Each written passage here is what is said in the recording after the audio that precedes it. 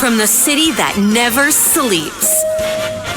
17 miles from Madison Square Garden, New York City. It's America at Night with Rich Valdez, America's favorite late-night talk program, featuring interesting guests from around the world and calls from across America. And now, here is your host, Rich Valdez.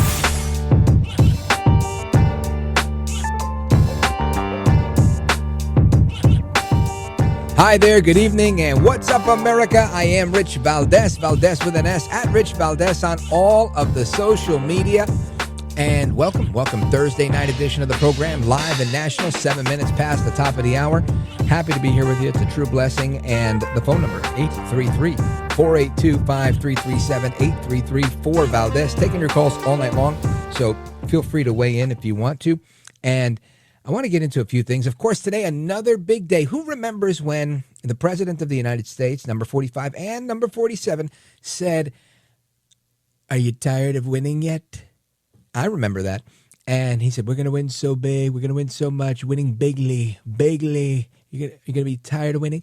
Nobody's tired of winning. And El Trompito is not tired of winning because today, another big win in a civil fraud case. Do you remember where they said, "We're going to get you on this Letitia James," saying she was going to get him on it. And she did. She got him $500 million, $375, all that stuff. And they thought they had him dead to rights. And they said, "You're going to have to post your bail. How are you going to post it?" And he turned around. He said, "I'll be posting it in cash." It was great. It was a great moment. And Letitia James, again today, releasing some statement, but in response to the big news. And what's the big news? El Trompito, huge win. An appeals court overturning her penalty, tossing out the $500 million penalty against Trump, which was, ridiculous. The court ruled that the fine was excessive and violated President Trump's Eighth Amendment. I would say, from the very beginning, many lawyers called this out. The great one, Mark Levin, was among them. And the treatment that he's gotten, I can't think of somebody else that I know who's been treated that badly that often, right?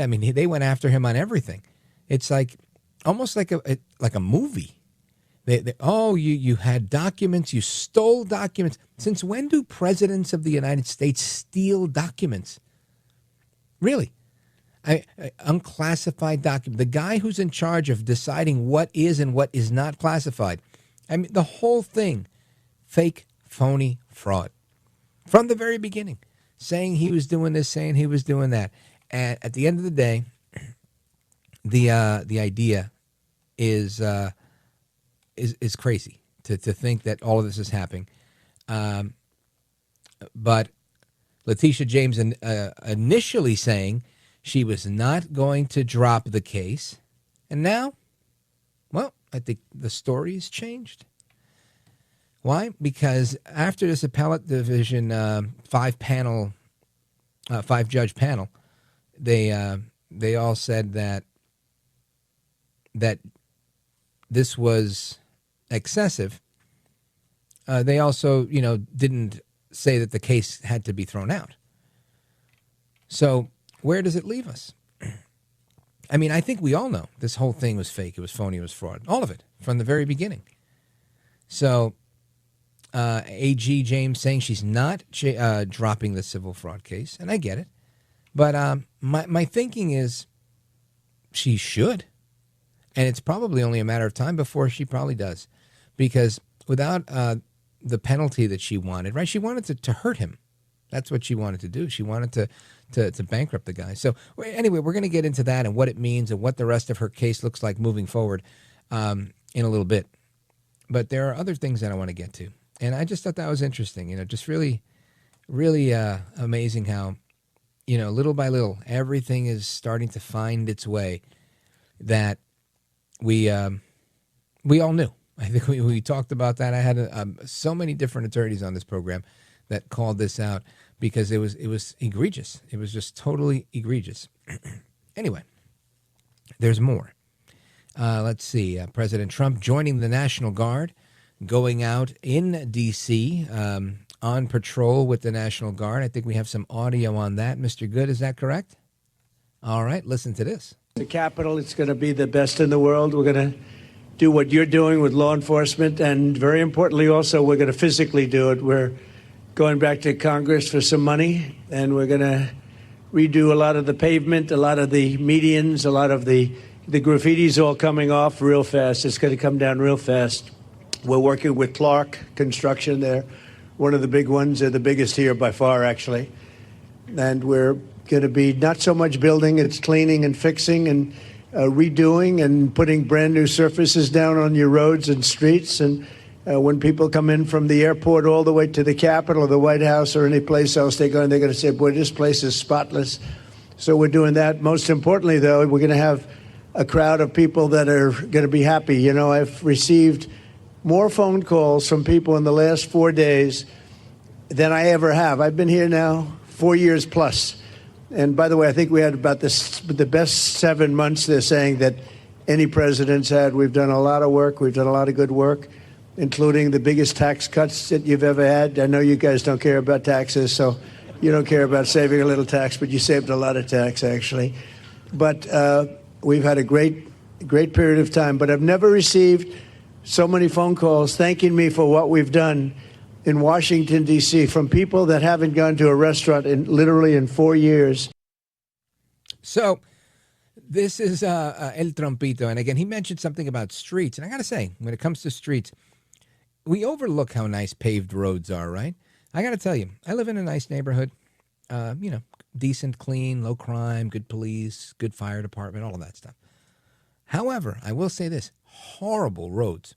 I would bet if there was a contest for whose roads look more like the worst section of Manhattan or the Bronx when it comes to potholes and broken roads, it's the town I live in.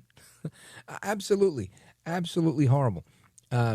Amazes me that nobody complains about this.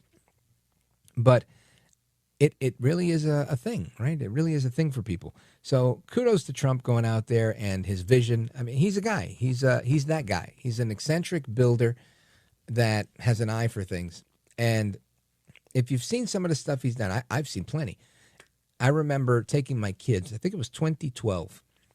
In 2012, I took my kids for their spring break trip to Washington, D.C. We saw the cherry blossoms in April. It was beautiful, very nice thing. We went, we did a tour of Congress and whatever. It was very nice. And at the time,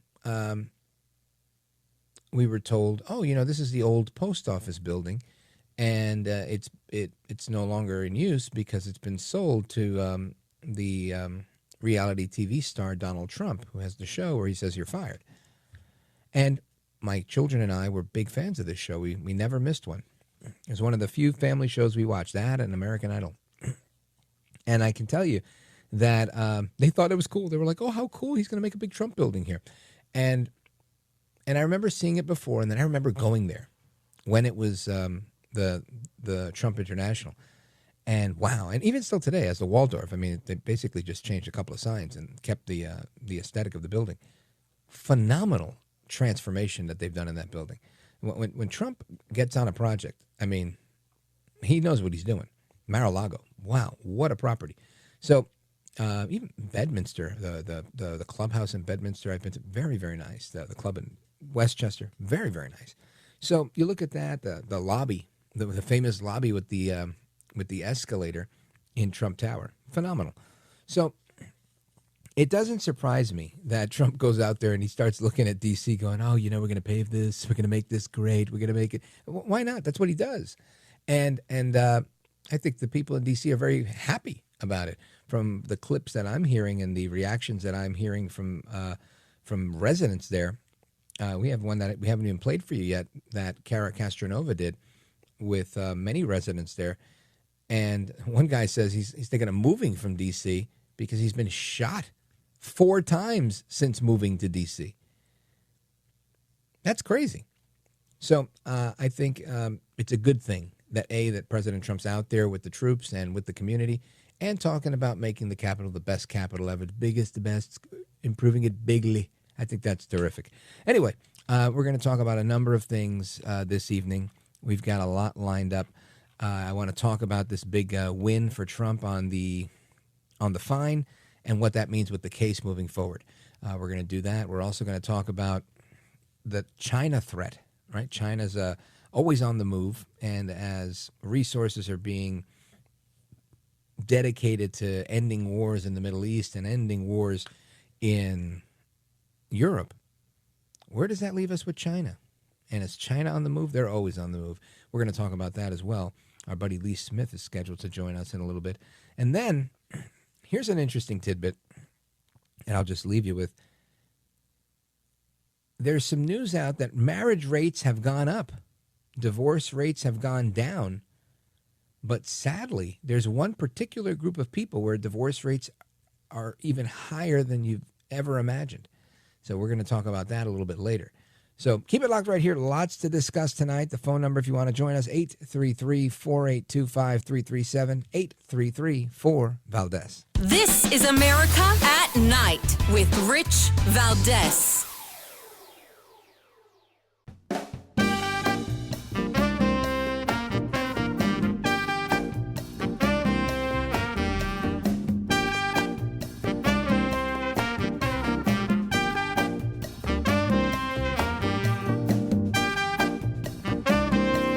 Well, thank you, Rich, and thank you for everything. I know you very well, and I listen, but I have a lot of people that listen, and they love your show, and I appreciate it very much. America at Night with Rich Valdez. All right, amigos, welcome back. It's Rich Valdez, and I want to get into the topic of a new book. The book is called The China Matrix, the epic story of how Donald Trump shattered a deadly pact. And the author is Lee Smith. He's a New York Times best-selling author. He's a journalist. We've had him on the show a number of times. He's terrific, and he's with us now. Lee Smith, welcome back. Rich, thank you very much. Always great to be speaking to you. Amen to that, brother. Now, Lee, I want to talk about this because I think right now we've got a lot of bandwidth going towards the Middle East, a lot of bandwidth going to Europe, and lots of other issues, and I think we have the bandwidth for it, thank God. But we haven't heard a ton from China since we scored a big tariff deal with them. What's going on with China? And tell us, walk us through the book. Well, this is I should say, I mean, this is Donald Trump's top foreign policy priority. And really what got me interested in China and reporting on China was the fact that Donald Trump was really the first president who underscored how important this is to our peace and prosperity, that we get this relationship right. And of course, he's been talking about this since at least 2000 with his book, The America We Deserve, when he pointed out the problems with China. So during his first term, the Trump administration was in a long trade war with China. And they signed a phase one trade deal in January 30th, 2020. So what we're seeing right now, I think, is a bit of a calm before a storm. I think that this is something that Donald Trump is not going to leave to his successors, and he's not going to leave the country in the kind of trouble that his predecessors put the country in with the relationship with China. The book, The China Matrix, is a history, 50-year-old relationship, starting with Nixon and Kissinger's trip to Beijing in 1972, and it comes right up to the very present and the second Donald Trump administration's efforts to free us from this deadly pact that our elites have made with the Chinese Communist Party. Lee Smith, this is, I think you're right in saying that China is probably our largest threat that's out there. And my thinking is part of what I admire about President Trump is he's tough and fair for sure, and he definitely embodies peace, truth, strength. But I think he also really tries to ingratiate himself with people that are perceived adversaries. And, before his administration, even the previous administration, I think that there was kind of like we don't like those people, so we don't mess with them. We don't talk to them. type of attitude. And I think he's taking the exact opposite approach, like, kind of like the mob does, if you will. When the mob has problems, let's have a sit down, right? They have a sit down with their enemies to figure out how we're going to hammer out a peace deal, or how we can both get along, how everybody can eat. And I feel like this is the approach he always takes, and he has to constantly point out to the media that we get along. Is that a bad thing? He says that so often. And I think it's a brilliant thing to do. Because I think you're right. You should. It's way better if you could walk into a room and not have to, have the cold shoulder turned to you and actually be able to talk to people, even if they are an enemy of yours. It's better to get along than to not get along. How did we fall into this trap where we don't associate? No, you can't shake hands with Kim Jong-un. No, you can't have Putin in Alaska. Well, I mean, the problem is sort of twofold. You also have a lot of people in Washington who use the mantra, well, you don't do diplomacy with your friends, you do diplomacy with your enemies. And, that's fine. But you have to show people that you're tough, because what most of these guys want to do is all they want to do is talk. And they'll join with our adversaries and talk each other's ears off. And that's great. And the American people are not being served that way either. So when Donald Trump, for instance, says, I'm happy to talk to the Iranians and work something out, I'd much rather have diplomacy than to do it the other way, but they're not going to get a nuclear weapon. So that's a very different thing, and this is something that we haven't seen in our White House in a very, very long time. That someone, yes, who prefers diplomacy, prefers talking with adversaries, but is also very serious about advancing the U.S. interest, and if that entails doing something nasty to the other side, he will have no hesitation or little hesitation in doing it. And that's what makes Trump an impressive president and an impressive negotiator as well. So, and it should be said that he's talked to Xi many times in the past. He'll talk with Xi again. We're talking about the president of the People's Republic of China, Xi Jinping. But there's some trouble there. I believe that the President Trump still holds as he should, holds the Chinese responsible for COVID. I spoke to President Trump at length for this book, and just some really important stuff that he has to say about the relationship with China, his relationship with Xi. Again, so he believes that Xi's a very smart guy, a very tough guy. He said he liked him a lot, considered him a friend, but COVID changed a lot of things. And more importantly than that, though, it's not just the personal relationships for Donald Trump. He's also looking at the big picture. And even if you were to love the guy, right? Even if you were to love the guy, the most important thing is advancing the U.S. interest. So that's what Donald Trump is mostly interested in. And he sees that China is a very big problem for America. And a lot of people, when they talk about China and the U.S., and the problems that we have with China, they just talk about Taiwan, and they talk about the first island chain. As it turns out, China poses problems for the United States across the board. Lee Smith, I want to pick up when we come back on how those problems can manifest and how we navigate that domestically and internally when we have so many pro-China politicians in Washington, D.C. So stick with me. We're coming right back with Lee Smith, author of the book, The China Matrix. I'm Rich Valdez.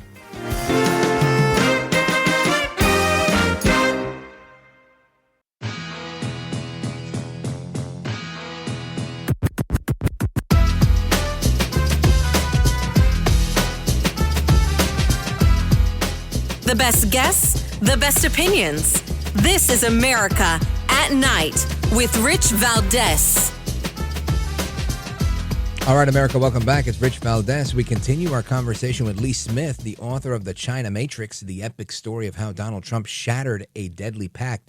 And Lee Smith, you mentioned that China in and of itself is something that presents multiple problems for the United States. And my question for you before the break was, how do we address these multiple problems that China presents when we have so many CCP, Chinese Communist Party sympathizers within our government, inside of our country, and even in business? You put your finger on the problem precisely, Rich, and I think that's really where the conflict is. And this is what Donald Trump is addressing. So let me tell a little story. Actually, this is kind of the heart of the book. Okay. So what happened was when we talk about offshoring manufacturing, how Donald Trump wants to reshore American manufacturing. Mm-hmm. In the 80s, a lot of American companies observed that it was much cheaper, and there were very few environmental regulations or other regulations to make their goods in China. So they moved their manufacturing to China. A lot of Americans lost jobs. Nonetheless, these American companies still sold to American consumers. These people have gotten fabulously rich, right? Without any concern for the national interest, without any concern for American workers. And the crucial part of this is when Donald Trump talks about the trade deficit with China, $300 billion and more, that money, those $300 billion, we're talking about a lot of American and other companies that are making up that trade deficit, that are making up that trade surplus on behalf of the Chinese. So what is Donald Trump trying to do? When he's brought Tim Cook to the White House, when Tim Cook was at the joint session of Congress in February, and Trump is praising Tim Cook for wanting to bring Apple back home to America and build facilities here, that's really where a lot of the fight is. Eliminate that trade deficit. Because what the Chinese do with that trade deficit is that's where they're doing everything from using American dollars to buying weapons, to advancing their military, to advancing their AI, their tech. So that's really where Trump is focused right now. There's a lot of other people throughout the administration, like the Secretary of Defense, Pete Hegseth, who's looking at stuff, of course, like Taiwan. And, John Ratcliffe at CIA, obviously Kash Patel at the FBI, looking at Chinese espionage here in the United States. So that's why I say it's a multi-pronged problem. But the core part of it, Donald Trump is looking right now at the trade imbalance. That's what he needs to address, among other things. That's certainly at the top of his list. Outstanding. I mean, I'm glad he's addressing it. What do you think? Is it purely economic in attacking the Chinese from poaching, our companies and whatnot, or is there how do you shore up what's going on in Congress with all these very pro-China members of Congress? It's a very big problem, Rich, because of course a lot of people are looking as they did with Russiagate, right? A lot of people are looking down the road, and this is true with Xi Jinping as well. Saying, well, Donald Trump is out of here one way or another in 2028. We can wait him out. I'm here forever.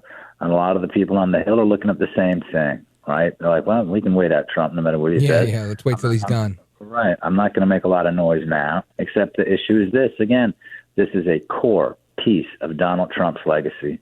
He believes that he cannot leave the United States vulnerable to the predatory Look, it's not just predatory. They've been making war on us in many different ways. A lot of people talk about, we noticed during COVID that the Chinese make virtually all of our pharmaceuticals. Well, they took over a lot of strategic industries like steel, right? So that we are in a not great place right now, and that's what Trump is trying to address in a whole bunch of different ways. They think that, and this is the struggle. They think they're going to be able to wait out Trump, and Trump is saying, nope. I got to get this done. This is a core part of my legacy. This is a core part of American peace and prosperity. Yeah, well, it certainly is. I don't see how we're able to move forward without doing that type of thing and, reining in some of the Swalwells and the like that are out there, carrying water for China. It's a bipartisan problem, It started with Nixon and Kissinger. Clinton, of course, did something grievously sinister by ushering China into the World Trade Organization. But if you look at the Bushes, Bush 41 and Bush 43, bad. Obama, bad. Biden, terrible. So it's a problem that it's a problem Trump is taking on. He's taking on the uniparty on this one. This is big. Yeah, and I think the last time we spoke, or 2 times ago, you mentioned that this was the China problem was a problem that spanned across party lines, and I think that's something a lot of people don't realize, that there are Republicans that take the occasionally odd position that favors something that China wants done, and politics is politics, and good for you for calling it out, and we need more of that, because this is not something that is sustainable in the long term, in my opinion. I agree, and thankfully, so does our commander in chief right now. And this is his big job, and we're going to see, Rich. We're going to see when we all get back from summer vacation after Labor Day. This is going to be throughout the fall, throughout the year. This is going to be one of the president's chief focuses. Yeah, no question. Folks, the book, again, is The China Matrix, the epic story of how Donald Trump shattered a deadly pact. Make sure you go to Amazon, order a copy for yourself, order a copy to give to someone. And summer's not over yet, so make sure you do some summertime reading on The China Matrix. Lee Smith, let everybody know how they can keep up to speed with you and the rest of the work that you're doing. That's really kind, Rich. I write at Tablet Magazine. I'm a writer there. They can find me on Twitter at Lee Smith DC, or Truth Social at Lee Smith. Outstanding. Lee Smith, the other Puerto Rican conservative, I want to thank you for being here, my brother. Thank you, Godspeed. Yeah, good luck with the book. Night. Thank you. You Rich. too, man. Bye-bye. Bye-bye. And folks, we come back. Your calls, your thoughts, and more straight ahead. This is America at Night with Rich Valdez. Call now, 833-4-VALDEZ. That's 833-482-5337. 833-4-VALDEZ. That's Valdez with an S.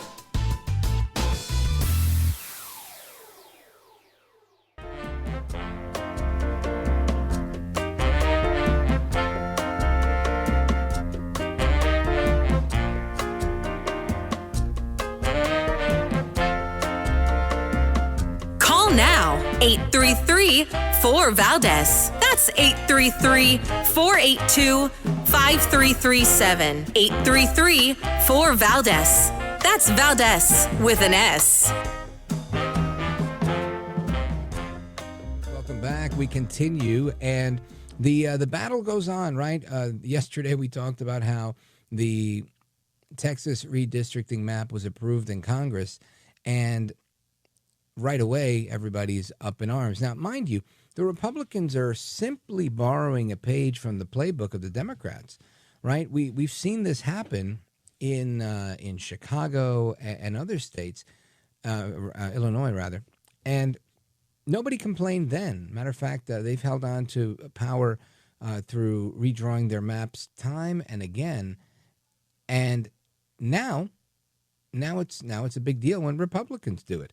Now, Jasmine Crockett, she's always very, very upset. And now she's upset because she's been redistricted out of her district. She says she doesn't make enough money to buy a home in the new district and that Republicans are cheating. Listen to this. You call what Republicans are doing in Texas cheating. Yeah. And yet the appearance for some looking at California with the response may also be that California it is cheating. People can say what they want to say, but at the end of the day, we are fighting for democracy. This is not something that California wanted to do, as you heard from the state senators in California. This is something that they feel forced to do, something they feel obligated to do, because in a democracy, you have to answer for your policies or your lack thereof. That is what democracy looks like, where the power belongs to the people. They are trying to take the power away from the people so that he doesn't have to answer for his failed policies. If he believes that his big, ugly bill is just that beautiful, then go sell it and go win the legit way. But we know that they cheated to get the majority this time. If you will recall, when we look at North Carolina, as soon as they ended up with a Republican majority in that Supreme Court, what did they do? They decided to take their map from 7-7, which is pretty much what the state of North Carolina looks like, and instead they added an additional 3 seats for the Republicans. So now it's 10-4. Well, when you look at the voting, nothing looks like 10-4. And they only did that once the Republicans took control. Do you know the difference in the Democrats and Republicans controlling the House? It was 3 seats. So the Republicans, they are cheaters all day, every day. But we have never tried to match their energy until now. And I applaud it. Well, I don't know how much energy they're matching. I think that they've already blown their load here because they did this already. They did it when they can. Now, of course, California is trying to match this, but I don't know that they're going to be able to really pull it off. But the lieutenant governor, I'm not going to attempt to pronounce their last name because contrary to what some people think that I might be some sort of smart person, I'm not that bright. I don't know how to say this name. But listen to the lieutenant governor of California. And as you just heard here, Democrats in California are now sprinting to redraw their own state congressional maps in their favor to counteract the Texas gerrymander. Governor Gavin Newsom says that the maps would be temporary and subject to voter approval. So let's get the status now of this fight from California's Lieutenant Governor, Eleni Kounalakis. Lieutenant Governor, thank you so much for joining us here. Let's get right to it, because in your view, how is the redistricting effort in California different from what Republicans are doing in Texas? Well, it's very different, Gio, and thank you for having me on to talk about this. This has been going on in the country for quite some time. For the last 20 years in California, we have had independent districts drawn with an independent committee. But across the country, we've seen gerrymandering by the Republicans just getting worse and worse. In fact, our members of Congress have tried to introduce the California system to Washington as a fair system for the country. But what's happening right now in Texas with Trump calling and basically saying, find me more congressional seats, it's really just the last straw. And so the people of California, the legislature, the governor are really just fighting back and saying enough is enough. Enough is enough. You know, what's funny here is that he's literally doing what they've always done. And yet, it's okay for them to do it, but not okay for him to do it. I got to tell you, I think that's just the funniest thing ever. If they didn't allow this stuff to happen, it wouldn't happen. It's that simple. They open the door, he's walking through it. You got to love it. You got to love it. I hope that it's kind of like if you remember during the debates, they were like, oh, Trump cheats on his taxes. He's a tax cheat. He doesn't pay any taxes. He's so filthy rich and he doesn't pay any taxes. And he was debating Hillary Clinton and she made, a similar comment. And he turned to her and he said, neither do you or your friends. And if you wanted to change it, you could have done something in the many years you were in the United States Senate, but you didn't. Because it benefits your friends who are also your donors. He told her the truth. And that is the truth. They like the rules and the loopholes as long as they can use them. The minute you use them, you're the bad guy. I think those days are over. What we need to do is close the loopholes. You don't like gerrymandering? Let's not gerrymander at all. Voila. Make a bill, make it happen, change the rules, and that's it. But that they won't do that because this is how they do what they do in the blue states. So, I mean, the argument, the hypocrisy is so rich here. It really, really is. You got to love it. I love it not just because we're adding seats and there's some political power. I love it just because they've got their panties in a bunch. And I love to see the Democrats get upset when you beat them at their own game. They're the ones that have made a whole lifestyle out of walking up to the line without crossing it in many ways, right? How do we break the rules without really breaking? How do we bend it so far that we can get by? And when someone else does it, based on their precedent, they get upset. I can't help but love that. I relish in those moments. It's kind of like the night that El Trompito won the election in 2016. And my buddy, who was on the show the other day, Dennis Gonzalez, he's from executive officer at the Health and Human Services department back then. He told me, he said, hey, do you want to go to the Hilton? That's where Trump's having his victory party. And I said, no, I'm staying in because I'm not going out. I'm going to watch all the news and whatever. And he said, it's going to be a good time. And I said, yeah, I know, but and why? Because I didn't know which way things were going. Hillary Clinton had left, and John Podesta came out and said some craziness, and it just seemed like, I'm staying in. And I remember as the evening progressed, it was getting later and later, and I was flipping back between CNN, MSNBC, and Newsmax. And I kept looking at everything, and I remember Cenk Uygur from the Young Turks. He was on MSNBC with a big panel, like 6-7 people on that panel. And as they were getting information that Trump had won Florida, and I think they were like, New York Times or AP calling it for Donald Trump. Florida is projected to go to Donald Trump. Their faces dropped one by one. It was glorious to watch. It really was. And I relish in those moments. I really do. Because they're so good at manipulating reality, manipulating the media, manipulating so much to make the things that are not as if they are. Right? Like everything. Girls are boys, good is bad, etc. You name it. And it was just great to watch them have to deal with reality. They couldn't spin their way out of that one. Anyway, we continue our conversation on gerrymandering, on China, on everything else we're talking about. And, of course, your thoughts, your calls, your reactions and opinions. Now's a good time to call. A few minutes left. 833-482-5337, 833-4-VALDEZ.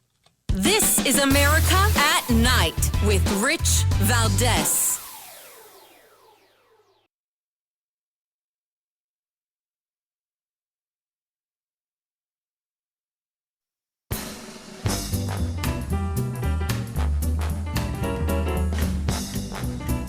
America at Night with Rich Valdez.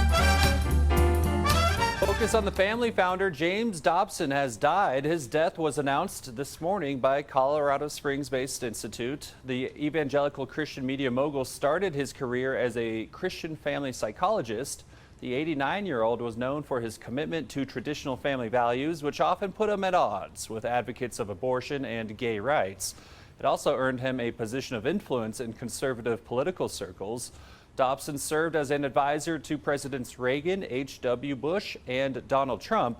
Focus on the Family released a statement to News 5 saying, quote, millions of marriages were saved and strengthened, millions of parents were able to raise happier, healthier children, and millions of men and women were equipped and encouraged to stand boldly for their faith in the public square because Dr. Dobson answered God's call to create Focus on the Family.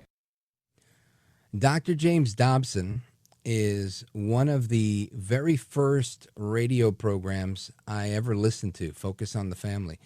And the impact that Dr. Dobson and Focus on the Family had on me as a young man, I worked in Manhattan and decided to transfer for a big Fortune 10 company at the time. I was 21 years old.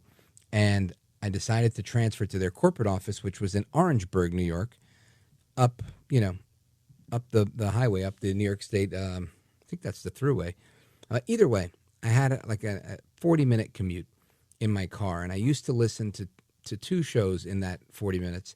There was a short show called Breakpoint with Chuck Colson, who went to jail after Watergate, and to James Dobson. Both were evangelical Christians, given their life to the Lord, lived doing ministry the rest of their days, and very, very much impacted by what I learned from Dr. Dobson. It's terrible to hear that he's gone. I spoke with his people not that long ago, invited him on the show, and he graciously declined because he said that his wife was ill and he had to be there to take care of her. A real stand-up guy, and it's a shame to see that he's gone. So, rest in peace, Dr. Dobson. Anyway, amigos, we do continue. The show does go on here.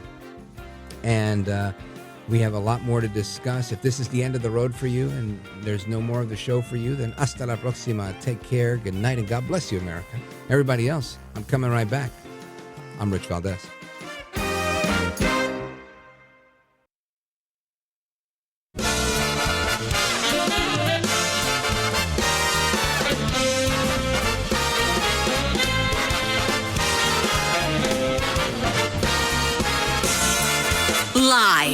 from the city that never sleeps.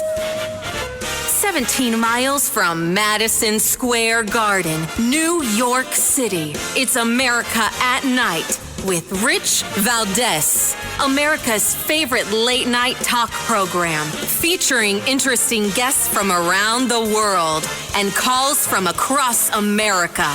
And now, here is your host, Rich Valdez.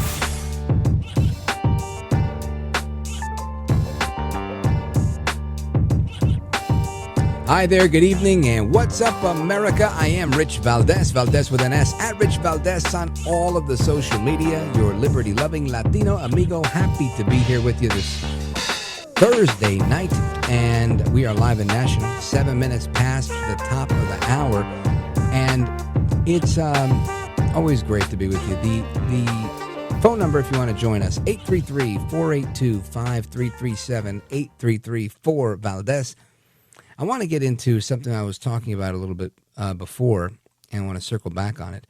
And it's this retaliation by the California Democrats for the Republicans redrawing districts in California. And again, Newsom came out and basically said, if you do that, I'm going to do this. But he made it sound like he was saving the planet, you know. He said, in an effort to protect democracy and blah, blah, blah, blah, blah, blah, blah. He wasn't protecting anything. He was protecting his own political power, because he wants to make sure Democrats keep the same amount of seats that they had before. So it wasn't about defending democracy. It was about defending his political power. And I think that's a fair statement. Whenever you hear, because you don't hear the Republicans ever talk about defending democracy, because as long as you get to vote, we have some democracy, right? And we don't even live in a pure democracy. We live in a constitutional republic. And most of you already know that and the distinction of that. But it's safe to say that when the Democrats say democracy, attacking democracy, saving democracy, whenever they use this word, we can synonymously change it with my political power, right? Their raw, unfiltered power, because that's truly what's at stake here. And you could see in the way they act. When they're fighting for anything else, any other issue, affordable housing, they never get this indignant. They never get this fired up. They only get this fired up when they're looking at losing their power. But the California Democrats, they passed 3 different redistricting bills today after Republicans in the Texas House redrew the maps in Texas. And that passed in Congress. Now, this is the plan of Governor Gavin Newsom, asking voters to replace the state's current congressional maps with new ones.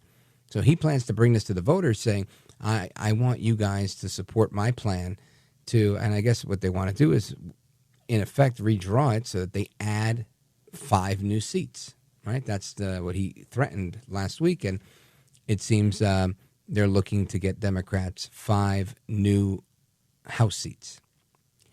The California lawmakers were happy to do this in response. There's a quote from, let me see who this is from, Newsom. We're giving the American people a fair chance. How? You're not giving the American people a fair chance. You're giving California Democrats and your own political power a shot at trying to hold on to it. That's all you're doing. But that's what Newsom said during the signing ceremony of these bills earlier today. He says, because when all things are equal, we're all playing by the same set of rules. There's no question that the Republican Party will be the minority party in the House of Representatives next year. See, he even says it. He wants them to be the minority party. Why? Because he wants to have the power. They want the Democrats to have the power. Now, I understand. I'm not saying that's inherently wrong. That is something we call, by definition, politics, right? Politics, the definition of politics is influencing the balance of power, right? So you want to influence that balance for your benefit, so that you have the political power. That's simple. That's politics 101.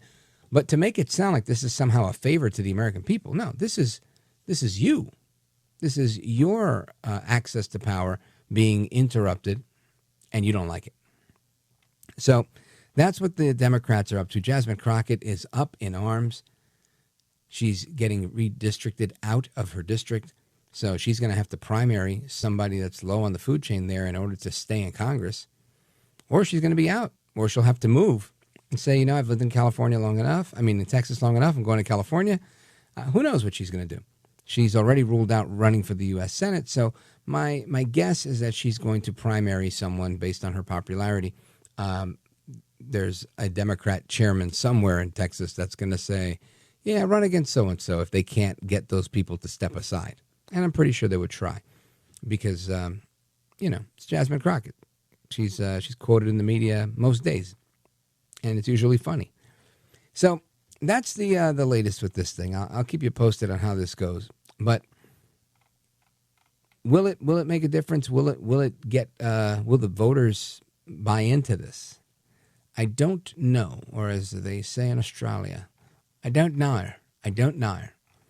My gut tells me I feel like no.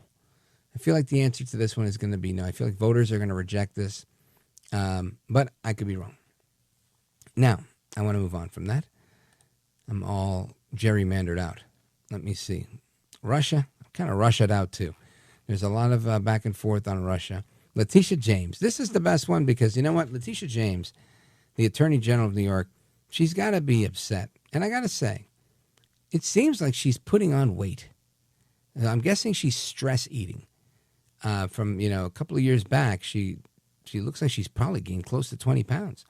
And I'm not trying to shame her or anything like that. I'm just saying it seems like Trump looks like he lost like 20 pounds.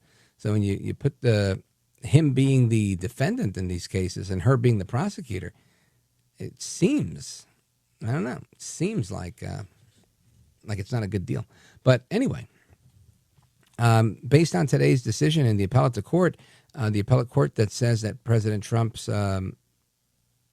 fine from her, $375,000 or whatever it was unconstitutional. The state of New York now owes Trump the interest that was paid on this money, $175 million. So I think that's a fantastic spin on things, right? It really, really is. It's almost $500 million that they fined him. And that was Judge Arthur Engeron at the request here of Letitia James. And now the tables have turned. Now, she says she's not giving up on the case. And we're going to learn a little bit more about what that looks like. But I'm really curious to know what happens here. You know, if she can't get that fine, what does she get it to? I think the fine was $354 million plus interest, which comes out to more than $450 million. So they're rounding up to $500 million. That's $500 million for what they say was, you know, claiming that his property was worth more than it was, even though the bank said that wasn't the case. I mean, just egregious. An egregious miscarriage of justice is what this is. And it's a real shame. But anyway, I want to get into that with one of my favorites. He's a former chief of the criminal division at the Department of Justice in New York. Former federal prosecutor and defense attorney Doug Burns is scheduled to join us momentarily to walk us through this big Trump win. Also want to talk about some of the controversy with the panel of judges in New Jersey removing Alina Habba from being the attorney general in New Jersey. So we're going to get to that. And, of course, your calls. And in a subsequent hour, we're going to talk about how marriage rates have gone up. Divorce rates have gone down. Why? What does that really mean? Is it really something we should celebrate? I think yes, but there's a few caveats in there. And, of course, the news, just sad news, that Dr. James Dobson, founder of Focus on the Family, passed away. A very early influence of mine in talk radio, a show I listened to all the time. And more than anything, wasn't really an influence of mine in radio. He was on the radio, and he influenced my life as a dad, as a man, as a young man growing up. Just really, really impactful, Dr. James Dobson. So my thoughts and prayers are with his family, and what a legacy he left behind. So keep it locked right here, folks. We're coming right back. More to come straight ahead. This is America at Night with Rich Valdez.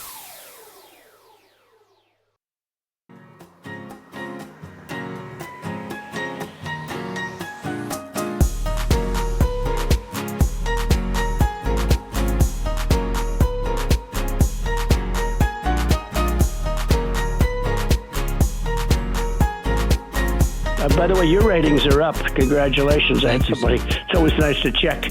I like to see, even if they're friends, I like to see how are they doing. Are people listening, right? That's but right. You're doing great. America at Night with Rich Valdez. Happening now in New York, an appeals court gives President Trump a win, tossing out his massive civil fraud penalty that could have cost Mr. Trump $500 million or even more. President Trump sounding off on that decision in a two-part social media post, saying in part, total victory in the fake New York State Attorney General Letitia James case. I greatly respect, the president says, the fact that the court had the courage to throw out this unlawful and disgraceful decision that was hurting business all throughout New York State. So let's bring in CBS News senior White House and political correspondent Ed O'Keefe with more details. Ed, what were the arguments that got Mr. Trump the win? Be very clear, the president is suggesting here that the entire thing's been tossed out. That is not the case. What has been tossed out by this appeals court decision is the current amount of money he would owe in the case, not the underlying charges and the fact that he was convicted, but the now more than $500 million he would have to pay to the state of New York for his crimes. That now, by the Attorney General, Letitia James, is expected to be appealed. But the other thing that could still be appealed is the overall case, which is what we're now waiting to see whether President Trump decides to do. Does he take it all the way to Albany and what they call the Court of Appeals in New York, not the Supreme Court, but the Court of Appeals in the Empire State, to try to get the entire case overturned? So that's my question. What's next? The fine is waived, but not waived, but they said it was unconstitutional. I don't know what, do they come up with a smaller one? Does the whole thing go away? I don't have the answers, but we have Doug Burns. Doug Burns, 38 years as a defense lawyer. He spent time before that as chief of the criminal division in the Department of Justice as a federal prosecutor, and he's with us now. Doug Burns, welcome back, sir. Thank you. Appreciate it. So talk to me. What's happening here? I think many of us expected this would likely get overturned somewhere, somehow. I think the appellate court was smart and, did the right thing. But Letitia James has doubled down saying, no, not so fast. I'm not dropping this case. What say you? Well, this was an absolutely ridiculous case, okay? You have a defendant, and by the way, all of the frustration on my part, how can you defend him? I don't care if it's Mother Teresa, Rich, or Charles Manson that I'm talking about. I'm giving legal analysis. Okay, when I worked in the U.S. Attorney's Office for 9 years, I spent a lot of time on intake, okay? And I think I explained this to you once before. And agents would come in and say, Mr. Burns, we have a case. The defendant took out loans, and he lied, and he said A, B, and C, and, the conversation would go on. And then I would say, well, excuse me, what's the status of the loans right now? And their faces would invariably turn a shade of crimson, and they go, well, actually, all the money was paid back. And I would calmly say, well, hyper-technically, the violation is misrepresenting to get the loan, but if it's all paid back, it's universally the policy of our office to decline such a case. Okay, that's the real world, not politics. This was a political case. Okay, nobody lost any money. The banks, you take it a step further, the bank said they were pleased with the transactions and would do business with the defendant again. Okay, you can see the anger in my voice because this was a breathtakingly brilliant scam, as it were, because I have a first cousin who went to Harvard Law School, graduated Harvard Law School, admittedly never did any criminal law, and he just bought the whole thing hook, line, and sinker, having no idea what I just explained to your audience, which is that's a declinable case that's never going to be prosecuted because nobody lost any money, okay? Now, on appeal, this is interesting. The first department, there's 4 departments in New York State. A little context for everybody. It's the appellate division of the Supreme Court. The Supreme Court, it's interesting, is the lowest court in New York State. Go figure that one, right? And the highest court is and the highest court is the Court of Appeals in Albany. Now, the appellate division, first department, is a very, very, very liberal court. So to experts like me today, we immediately saw something that, most people are not going to follow this nuance, and that is that even this court set this thing aside, but they bent themselves and twisted themselves into pretzels to make it like, oh no, he's still liable for fraud. And by the way, quick anecdote, they played that thing from CBS. The guy goes, he was convicted. He wasn't convicted of anything. It's a civil case. Okay. Right. Right. And the point is, they wrote a 324-page opinion. Okay. That opinion is as excessive as the fine was. Okay. The opinion could have been 1 page, which is, no one lost a dime. All the money was paid back. And the victims, the banks, said they were happy with the transactions and would do business with the person again. This was legal science fiction. And the only reason this happened is because the Judge Angoran, was very, very happy to participate in this. 99% of the judges I've appeared in front of in the last 40 years, not to be melodramatic, would have said to me the first day, if I were from Letitia James' office, wait a minute, Mr. Burns, nobody lost any money. Could you please address that? Wait a minute, Mr. Burns. The bank said they were satisfied with the transactions. You never would have gotten to first base with this idiotic, ridiculous case. But again, what a scam. Because you have all kinds of intelligent people, highly educated people telling me, well, Doug, it sounds pretty serious and all of that. But today, it's all been set aside, okay? The liability finding does stand, always want to be accurate, but he's liable for fraud. Who did he defraud? Nobody. So The point is they're going to take it up to Albany, to the Court of Appeals, and we'll see what happens up there. And I wouldn't be surprised one bit if they set aside the finding of liability. But President Trump doesn't care about that because it's everybody. The election November 5th was an amazing showcasing of the fact that the American public is like a jury, okay? Nobody's more positive about juries than me. They're brilliant, they have tremendous common sense, and they get to the heart of what's going on. My late grandfather, Herman Burns, who never went to college, would have said, Doug, you're a big legal expert on radio and TV. Let me ask you a question. Am I understanding this case correctly? Nobody lost any money. That's true, Grandpa. No, that's true, Grandpa. And then he would have said, and didn't the bank say they were happy with all the transactions? Yeah, that's also true, Grandpa. And then my grandfather would have said, well, what's going on here, Doug? Mm-hmm. I don't understand. What's going on? And so the point is, but again, the frustration was, I said it was a ridiculous case hundreds of times in media.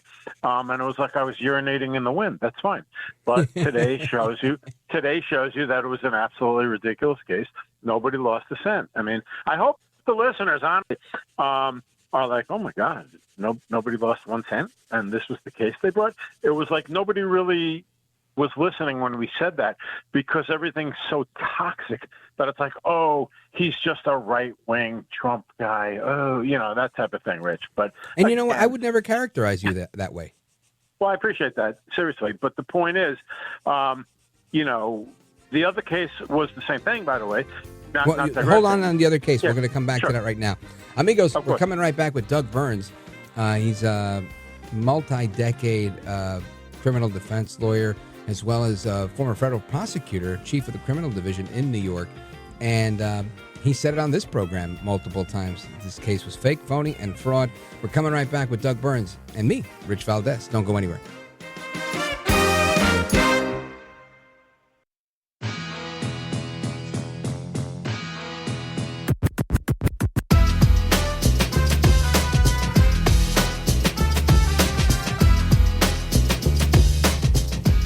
Look at Rich Valdez. He's now a radio host, and he's a great radio host. America at Night with Rich Valdez. A judge has ruled that President Trump's former personal lawyer is unlawfully serving as New Jersey's top federal prosecutor. Alina Habba's authority as the state's acting U.S. attorney is challenged by 2 defendants who faced federal drug trafficking charges. Well, their attorney sought to block those charges, arguing Habba did not have the authority to prosecute the cases after her 120-day term as interim U.S. attorney expired in July. The judge's decision is expected to be appealed. So this is a technicality that, as I understand it, that typically goes on until this person can get confirmed. However, they're playing hardball here with El Trompito Donaldus Magnus, the 45th and 47th president of these United States. And I want to know what's the next move here. Let's bring back Doug Burns. Doug Burns, 38 years as a criminal defense lawyer, spent time with the Department of Justice as a federal prosecutor, chief of the criminal division in New York. And you see him all over TV and radio. He's a true expert here. Doug, talk to me about this case with Habba. It seems she was very effective, and they got angry at that. Well, I think people are going to find this interesting because not to be immodest, I'm going to explain the whole thing A to Z, particularly having worked in the U.S. Attorney's Office for 9 years myself. Basically, a president has the right to put somebody in as interim United States attorney, okay? And that's done sometimes when a particular nominee is being stalled and, political things are going on. So the president has the right. And by the way, from 30,000 feet, this is all about separation of powers, the big dust-ups between the executive branch, the president, and Congress. So interim U.S. attorney serves for 120 days. Then, in a move that was ill-advised, but it is what it is, the rule was put in that the district court, but that's a different branch of the government. That's not the executive branch. The district court can then approve that person to continue on or not approve. Here, they didn't approve, again, just a political dust-up, and they instead appointed someone else from the U.S. Attorney's Office in New Jersey. So what does Donald John Trump do? He fires the person that day, okay? And that got everybody all in a lather, and that's fine. Now, what happens is, in addition to interim U.S. attorney, and I know it's technical and in the weeds, you have acting United States attorney. So Trump then appointed Habba as acting U.S. attorney, and that can be up to something like 500 days or something like that. I need to read, and I will tomorrow, because today was a pretty busy day doing like 5 shows on on throwing out the $500 million verdict. But the point is, I'm going to read this 70-page opinion, and I'm going to predict right now on your show that it's going to be reversed on appeal, in my opinion, based on everything I know. Because what happened was Trump technically was within his rights to install her as acting U.S. attorney. This judge apparently thought that he would take the opportunity to say that he was improperly exploiting a loophole. Not really. I don't believe the judge is correct. But again, in fairness, I need to just study the opinion tomorrow when I get a little free moment. But the point is, just so the listeners are clear, Alina Habba was put in as interim U.S. attorney. The court didn't approve her to continue on. And so then Trump took the move of putting her in as acting U.S. attorney, and we'll see where the chips fall. But I think the judge, at the end of the day, one thing I've learned in 40 years, I'm pretty good at guessing, but, I'm not going to be glib. Sometimes I'm wrong also. But I'm going to guess that the judge really, it was a bit of a stretch, and I'm going to predict that he's going to get reversed. Now, I want to ask you a little, I guess, inside baseball here, or political stuff, which is not your thing, but I know you can answer this. No. Why do these guys do this, right? It looks like President Trump, whether you like it or not, he's a politician now, right? That's his job. He's like the biggest politician ever as president. The judge is not a politician. Why is the judge seemingly playing politics? No, it's a great question, obviously. And what has happened here is that you gotta look at this, in context. What happened was you had a massive effort to indict this man 4 times. Mm-hmm. Neither Al Capone nor John Gotti was indicted 4 times at the same time. You believe that? So let that just sink in for 2 seconds. So they indict him. They literally try to kill him. Okay. And then right before the election, with a straight face, they look right into the camera, prominent people, and they go, he's Hitler, and he's going to construct concentration camps. Okay. And by the way, Joseph Robinette Biden Jr. looks right into the camera and goes, he's an existential threat the democracy. All of that is complete garbage and nonsense, okay? I know those aren't legal terms. So, and none of it has panned out in the 6 or 7 months that he's been president of the United States, for the second time, I might add. He'll never leave office. Well, excuse me, he already left the first time he walked out of the building. Right. So it's just, There was precedent. It's complete and total derangement all over the place. And so for him to get reelected, I think this is the part people miss a little bit. The level of humiliation that represents to these people who indicted him, tried to literally murder him, okay, impeached him twice, okay, and did this colossal, breathtaking Russia hoax, a complete and total hoax. Now it's only starting to come to light what really went on. And then guess what? He gets reelected president of the United States right in their face, like getting hit by a Mack truck. So they are so ripping mad about that, so ripping angry that you're seeing judges, to finally answer your question, Rich, not avoiding it, you're seeing judges overstepping their bounds over and over and over. It started with these nationwide injunctions, right? If I'm suing somebody because their tree is hanging over my yard, nice simple example, the judge can't rule that every single person in America with a tree hanging over a yard is bound by my ruling. That's insane. That's what those injunctions were. Supreme Court cut it back, which is great. And they said, it's largely improper. Courts should only rule on the case that's before them, et cetera, et cetera. So again, to answer your question, it's I hate to use the term Trump derangement syndrome because you hear it all the time, but it really is true. And they are just so dug in that they just go on and on and on. And I'm going to be very anxious, honestly, in all humility, to look at this 70-page opinion tomorrow and see, where, in my view, the judge got it wrong. And I guess the second part of that question, Doug, because I see that part, just sour grapes and let me do what I can. Sore loser. Personal politics coming through the judge. Yep. But I know some lawyers, and being an officer of the court, holding your colleagues in high esteem is a big part of the collegiality and professionalism of your career field. Is that a safe comment?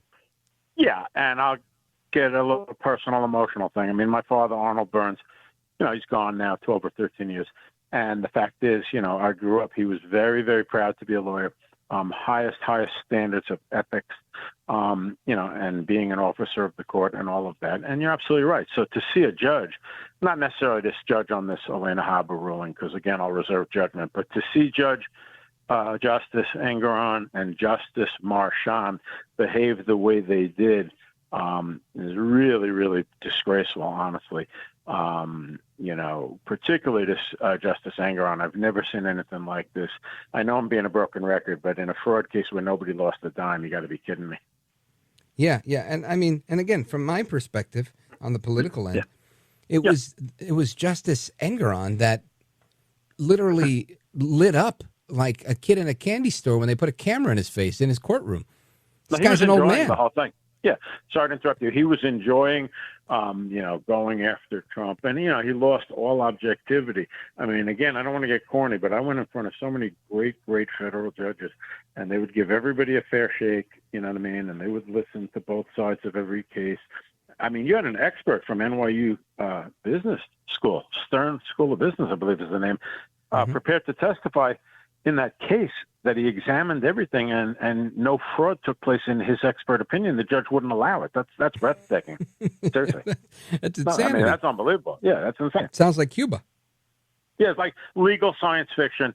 And really, Banana Republic courts, Soviet Union, China had nothing on what went on there. When the history books are written, it'll go down as one of the greatest misuses of a court in American history, honestly. Doug Burns, I appreciate it. I always appreciate it when I think that my political instincts are off, and then I get a legal expert to tell me, no, you're right on track. This is really crazy. It's very egregious. Let everybody know how they can keep up to speed with you and the amazing work that you're doing out there in the media. Yeah, well, I'm on X. It's at Doug Burns Law. I'm not super active on it, but I enjoy it a little bit. I'm actually retired from practicing law gleefully, having gone to court for 40 years. And I do a lot of radio and TV, obviously. And you're good at it. Doug Burns, thank you. You're one of the best in the business. I appreciate you, brother. Godspeed. Thanks. And amigos, yeah, you bet. we come back with your thoughts, your calls, your opinions. Right now, I see Virginia, Vermont, Kentucky, Idaho. 833-482-5337, 833-4-VALDEZ. This is America at Night with Rich Valdez. Call now, 833-4-VALDEZ. That's 833-482-5337, 833-4-VALDEZ. That's Valdez with an S.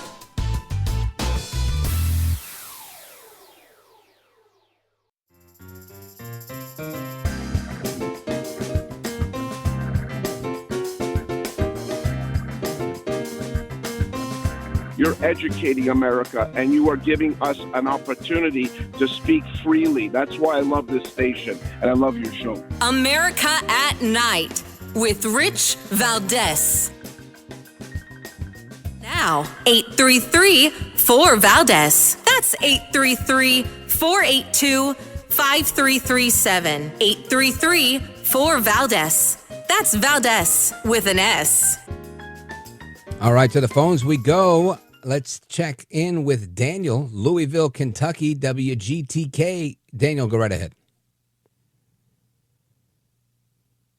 Daniel is on line 2. Daniel, Louisville, Kentucky, WGTK. Cool. Go right ahead, sir. Sorry, thanks. I guess my thought is, why does it seem like the Democratic Party is always, I don't mean to accuse, but I have to question, why do they always seem like do as I say, not as I do? Don't hold me accountable for, don't hold me accountable for the standards I expect everyone else to live up to. And then when they're held to those standards, they just get butt hurt or something like that. I don't understand it. Yeah. Well, I mean, that is what the height of hypocrisy looks like. And listen, I'm the first to admit, I think we all walk down hypocrisy lane from time to time, but it's almost like the far left and in the Democrat Party, they live there. They live there. They say Trump is a criminal, Adam Schiff, he's a criminal, and then it turns out that they're the ones doing the mortgage fraud. Letitia James says he's doing mortgage fraud, and turns out she's the one that's changing things on her applications to get preferential treatment. They don't have the witnesses that Trump had in his case where the bank is saying, look, no, nothing's good. Nothing was wrong here. Everything is good. The experts from academia, the experts from everywhere. The reality is, you're right. This is what they do. It's do as I say, not as I do. And I think many people in America, like Doug Burns just said about his grandfather that was not a lawyer, didn't even go to college, but would look at this and say there's something wrong with this. I think most Americans look at these things and they go, what's the problem here? And, this is always evident to me when you see big shifts, right? And when this was happening, I remember Trump got arrested and urban neighborhoods, the Dominican neighborhood by me, Patterson, New Jersey, black neighborhoods, the people that you were interviewing in these areas, they were all saying what they're doing to Trump is wrong. Right? These are everyday people. And I picked those examples because A, because I'm aware of those, and B, because some in the media would try and have you believe that everybody that is any type of minority automatically thinks Trump is a racist and hates his guts. And I think that's largely not true. I meet people from many walks of life all the time that don't believe that. And in fact, they're very articulate on the issues. It's not like they're not involved and they don't know. I'd say many times they talk about this stuff better than I do because it's personal to them. It's personal to them when they actually do deal with instances of racism. And when you say it's Trump, the one that's being the racist, it's like, oh, come on. Interesting story, Daniel. The filmmaker Spike Lee, I heard him on with the Reverend Al Sharpton. And he was belly aching and being butthurt, as you said, over so many things about Trump being a racist and being this. And Al Sharpton was just quiet. Now, had he been able to chime in and jump on the bandwagon, he would. But I think even Al Sharpton knew better than to jump on that bandwagon, because these are baseless allegations that don't make any sense. And honestly, I think most people don't even believe them. So you're right. It's do as I say, not as I do, but I don't think everybody's buying it. Daniel, thanks for the call. Shout out to Louisville, Kentucky in the building, WGTK. Let's keep it moving. Where do I want to go? Let us go to John, Bristol, Virginia, WMAL. John, go right ahead. Hey, Rich, really enjoying the show. I really appreciate you mentioning Dr. James Dobson. I hadn't heard anything. My wife told me that he had died early this morning, and I hadn't heard anything on the radio during the day, so I appreciate your mentioning it. And I like you, I listened to him since, I have listened to him for the last 50 years. And I remember back in the mid-'80s, I ordered a cassette tape of a broadcast homeschooling. And I got this cassette tape. I go up in the master bedroom, and my wife was, laying on the bed, propped up with the pillows, reading. I said, "Hey, check this out." And I kind of took the cassette tape by the corner and kind of flicked it like a frisbee across the room, landed in her lap, and never dreaming that she would listen to this thing and get seized with this passion for homeschooling. So we homeschooled our kids all the way through, which was awesome. Wow! And now my kids are homeschooling their kids, and just amazing. But he was a giant of the faith, and I just appreciate your mentioning him. Brother, I feel the same way you do, and I'm happy that, he had that impact on you as he did on me. I tried the same thing, just to be frank. I remember I was married at the time. My kids were little. I remember telling my wife, we should homeschool our kids. And she looked at me like I had 14 heads. And she was like, you can homeschool the kids. I'm not. And it was one of those areas where we didn't, we didn't agree. She didn't buy it hook, line, and sinker like I did.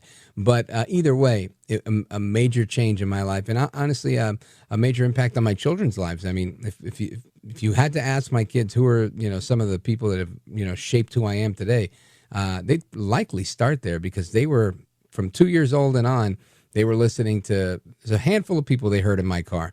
They would hear Dr. James Dobson and the great one, Mark Levin.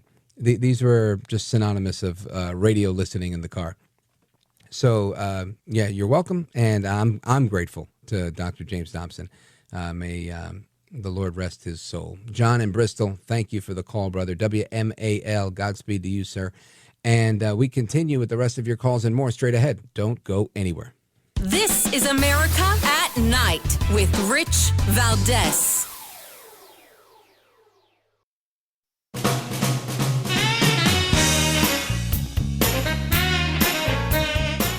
All right, to the phones we go. Let's continue. I want to go to Robert, Charleston, South Carolina, WTMA. Very quickly, go right ahead. Yes, I just wanted to say you're quite right about what you said with regard to the future. That's what we really have to think about, because we've made a little bit of a victory now, but on the other hand, if we don't preserve that victory, it will be worse than if we had never made it in the first place. Yeah, that's the point you were trying to make, and I agree with you 100%. 100% right. We really have to be. Yeah, I agree with you 100%. You're right on. Put him down. And I appreciate your call. Thank you, Robert from Charleston, South Carolina, WTMA. Damn. I was trying to get like 45 seconds here, but what do I have? 30. Not enough for Tony. I wanted to go. Tony, if you can hang on, I'd love to get your thoughts on the Trump fraud case. Ron in Coleman, Alabama, stick with me if you can. We got to take a pause here. This is the top of the hour break, but we'll come right back and we're going to do some more calls. Paul in Boise, thank you for standing by. Coming your way, and the rest of your calls are coming up, 833-482-5337. And we're going to get into this topic about marriage. Marriage is lasting longer. Apparently, the Institute for Family Studies says that marriages are lasting longer and divorce rates are going down. Don't go anywhere. I'm Rich Valdez.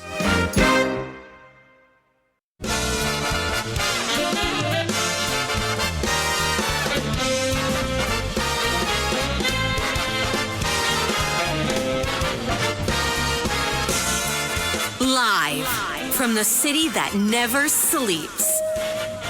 17 miles from Madison Square Garden, New York City. It's America at Night with Rich Valdez. America's favorite late-night talk program, featuring interesting guests from around the world and calls from across America. And now, here is your host, Rich Valdez.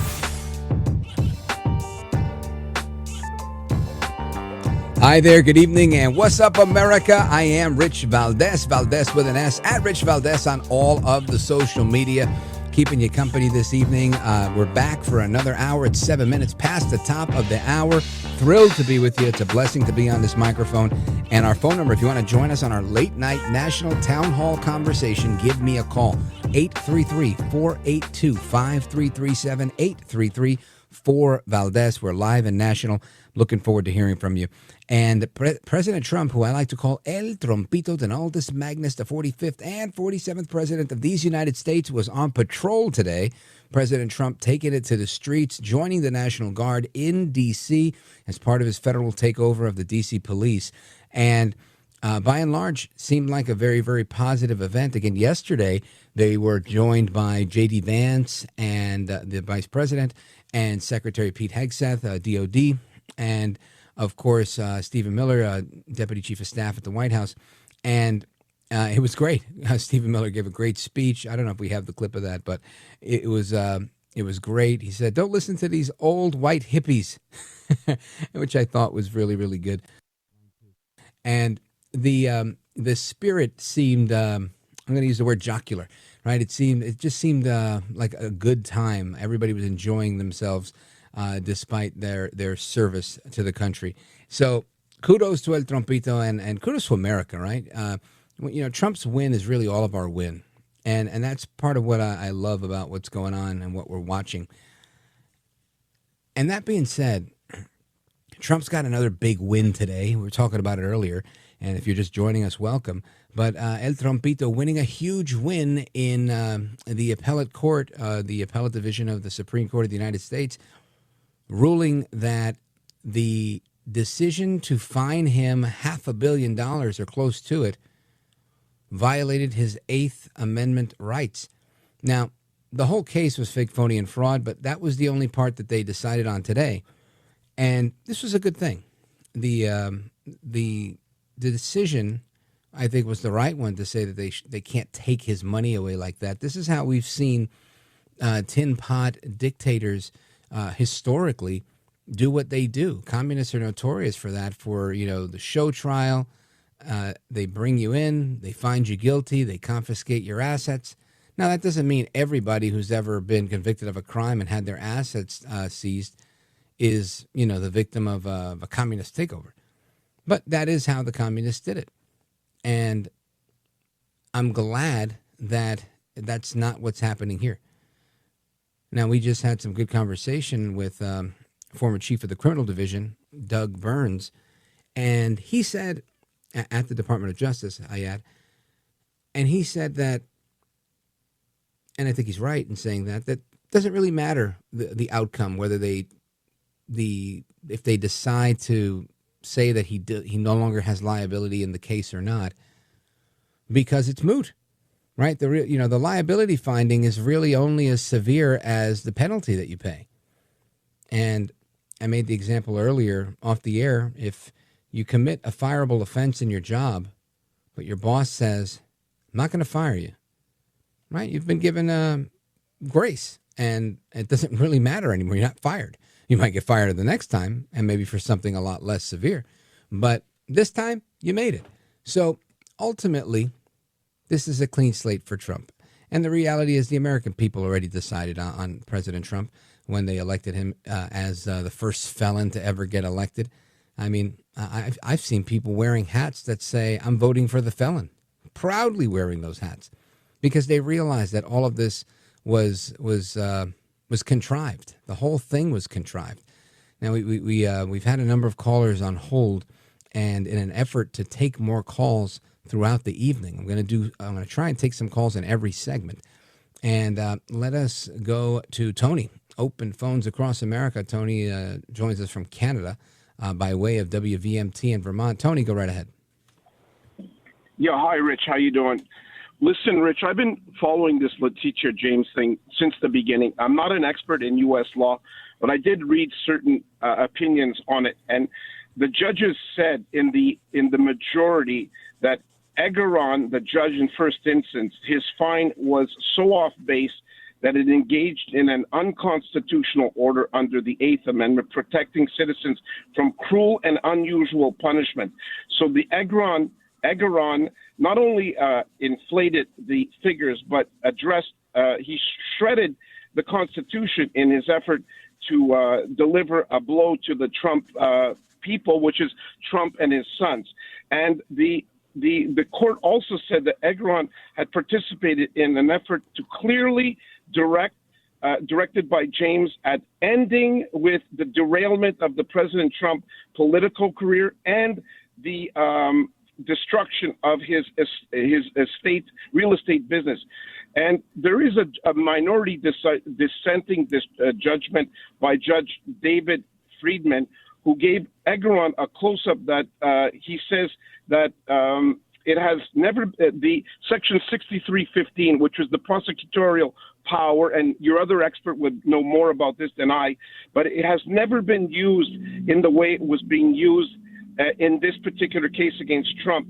And this attack, it was an attack on private commercial transactions negotiated at arm's length between highly sophisticated parties, fully capable of monitoring and defending their own financial interests. What that means, Rich, is that the entire case on fraud is dismissed because it's an engorgement. It's just an inflated penalty including fine and interest of $500 million. But the issue is that the remaining part of the judgment, what I've read, can go forward as to the fraud issues against the Trump family. But Trump has a right to appeal that, and what becomes moot is whether or not by the time the appeal is heard, that issue of denying them access to doing business in New York may be moot because the Trump family may move their entire business portfolio out of New York anyway. So the entire judgment is a political hack job. And it was clearly established today. And this Judge Egeron, he should hide under a table today because he was smashed. He got such a licking today in court that if I were he, I would be embarrassed to come back to court, and I would remove myself from the bench after the beating he took by the Court of Appeal or the appellate court. It's an embarrassment to be told that you did an unconstitutional and grievous attack perpetuated by an act of a political vendetta. Well, yeah, Tony, it was clearly politics. Clearly politics. And it's a shame that it happened to President Trump, but it's a blessing for all of us to see that this is how politics works. And when politicians begin to lose their power, they call on their friends in the judiciary, which many times they've appointed or they've recommended or, they donated as lawyers to become judges. And, so-and-so owes me a favor or I owe him a favor. And it's an interesting space that we live in here with our judiciary. Not perfect, but likely the best one out there. And in this case, we're seeing it work. Tony, thank you for your call, brother. I appreciate it. And amigos, the rest of your calls and more are coming up, as well as some analysis on a topic that I mentioned earlier. The Institute for Family Studies says that marriages are on the rise and divorces are on the decline. And that's good news. But there is a particular group of people where they're actually experiencing divorce at a higher rate than ever. We're going to get into that when we return. Don't go anywhere. This is America at Night with Rich Valdez.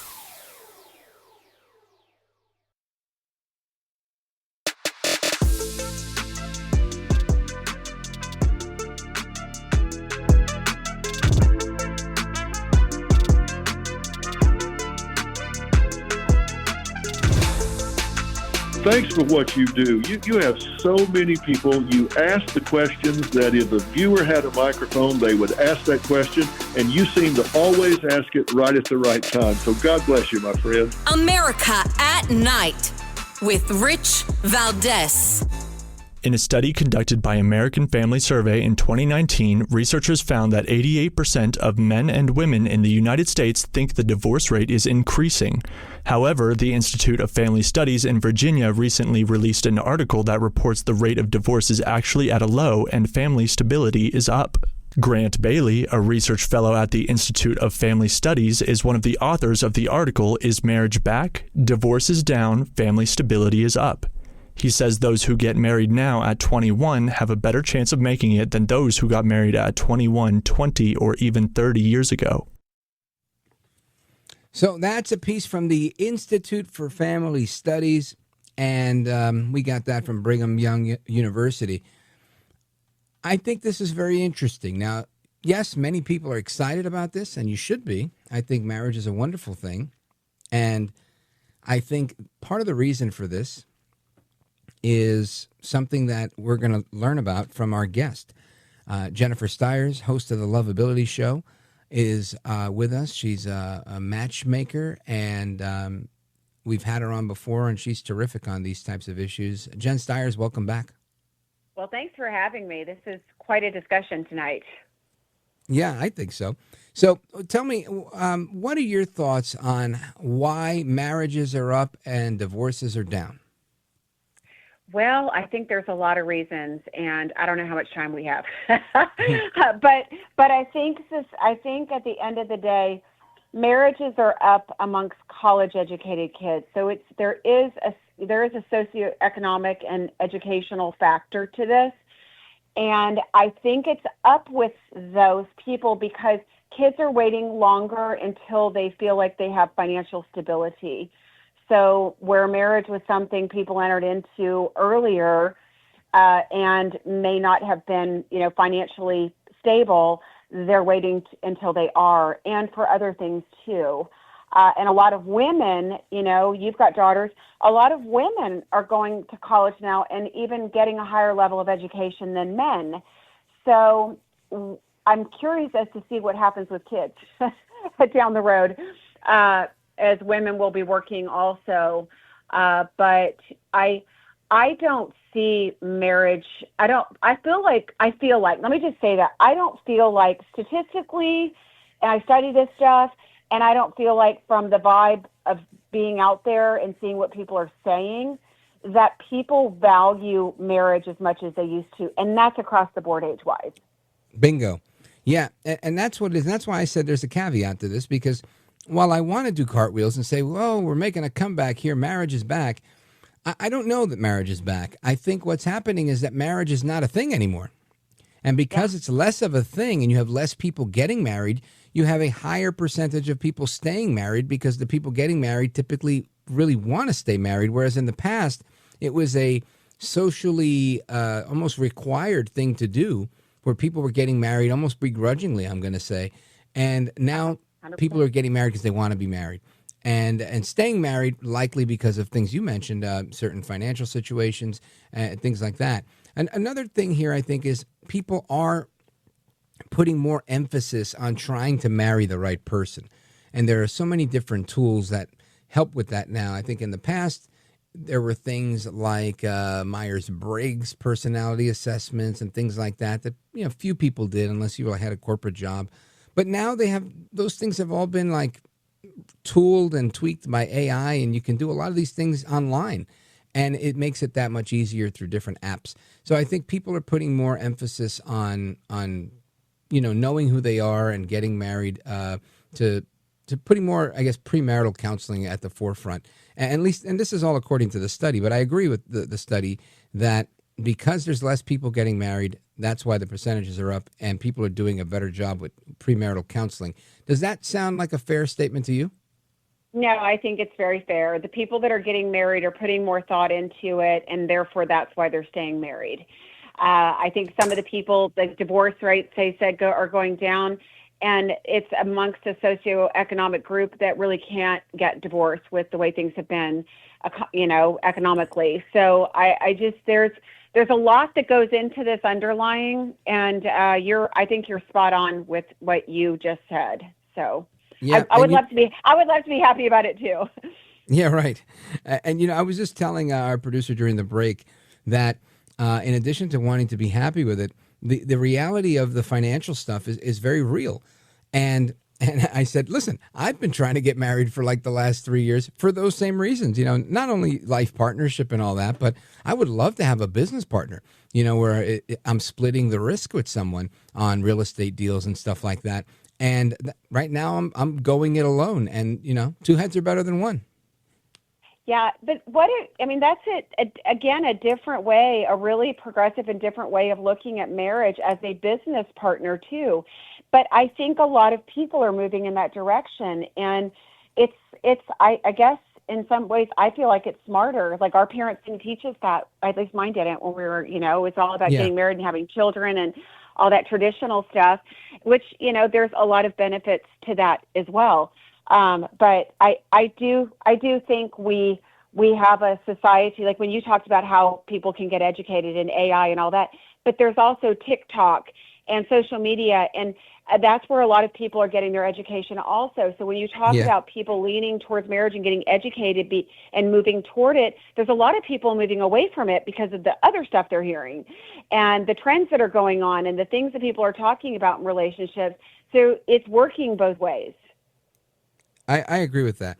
And just to put a little dash of sofrito on this conversation, because you said something really good about TikTok. I think that's true of everything. I think that part of the reason we see less people tuned into traditional media is because they have TikTok, Instagram, Facebook, where they can get bite-sized clips with commentary built in before their favorite radio show with me, right? They're just scrolling and they see it. And the same thing with marriage advice or the detriment to marriage. It's a double-edged sword. Yeah, but the cool part of it is, like, when you're putting clips out and you're talking about things, people are like, who's that? I want to find out who that is. And then they start listening to the show. And so it's really, there's a lot of good in these clips and things like that. I think people are finding their influencers that way, which is nice. But it is a matter of what influencers they're finding. You, good. Some others, maybe not, Yeah, I agree with that. Amigos, we're on with Jennifer Styers, host of the Lovability Show, and she's got a boutique matchmaking firm out of Texas. She does an amazing job. She even has an app. We're going to talk about that when we come back. Plus, we're going to talk about something called Shrekking. Now, I wasn't familiar with this, but there was a term from a couple of years back, right? Ghosting, when you just stop talking to people and you don't say anything. Well, now there's something called Shrekking, and some of you might know what it is. If you do, give me a call and let me know if you have a Shrekking experience. But for those of you who don't know, we're going to talk about what Shrekking is when we return. Again, we're coming back with Jen Styers, relationship coach and matchmaker. And, of course, if you miss any part of the interviews we're doing on the show, make sure you go to the website, richvaldez.com. That's Valdez with an S. And you can listen to previous programs and send that link to whomever you want. So if there's a particular interview you like and you want someone to hear it, you can just go to the website, send it absolutely free, no charge to you. And we're coming right back. Of course, Open Phones Across America continues when we return. Right after the guest, 833-482-5337, 833-4-VALDEZ.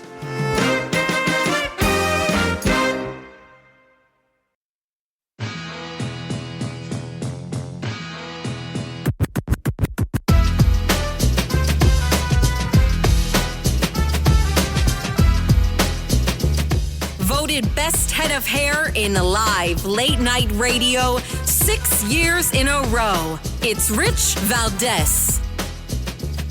All right, amigos, welcome back. Rich Valdez. And we will continue our conversation with Jennifer Styers. She's got a boutique matchmaking firm in Texas, and she's the host of the Lovability Show. You've heard her on radio. You've seen her on television. She's really good at this stuff, and she's got a great Instagram. I follow her, and she always posts some really good stuff. And I want to talk about this article I saw. Let me see where it's from. I think it's a New York Post article on something that they called, no, it was USA Today, excuse me. It was something called Shrekking. And this I thought was very, very interesting. It's a new dating term, and it's based on the movie Shrek. You know, the what is he? What is that called? What those guys are? Ogres, right? He's a big green ogre. And this is interesting. Jennifer Styers, have you heard this term before?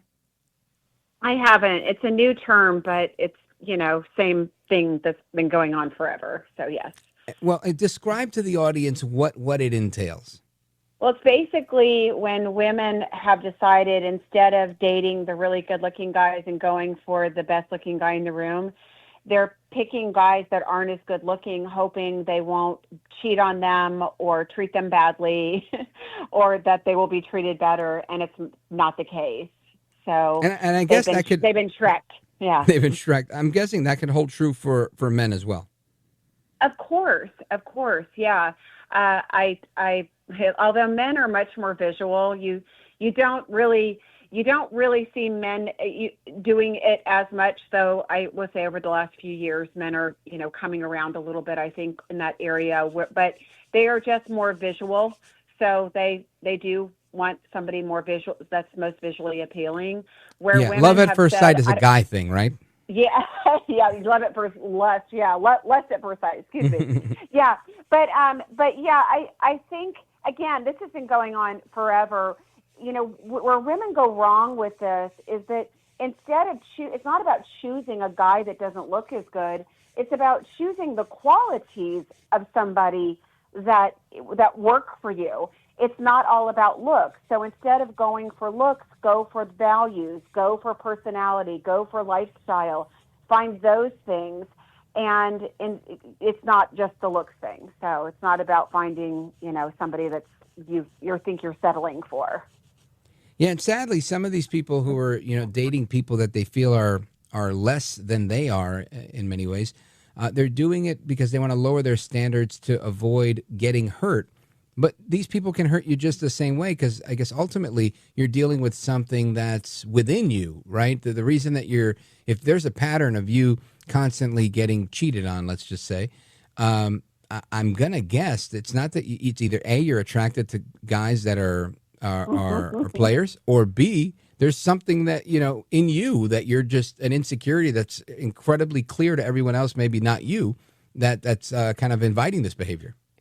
That's a really great point. I mean, I didn't think about that, but that is a really great point. I mean, obviously, who we're attracted to, it lies within our dysfunction or things that we may have experienced in childhood and wounds that we may have had, and so 100%, it's always us, and so that trait, of somebody that's not healthy, not emotionally healthy. Doesn't matter what they look like. They could be good looking or they could not be good looking, but you're still attracted to that same trait. You still feel that same unavailability or, whatever, that they're going to leave you, just whatever that wound is that you haven't healed. So, I tend to think everybody's so superficial, right? I do this for a living.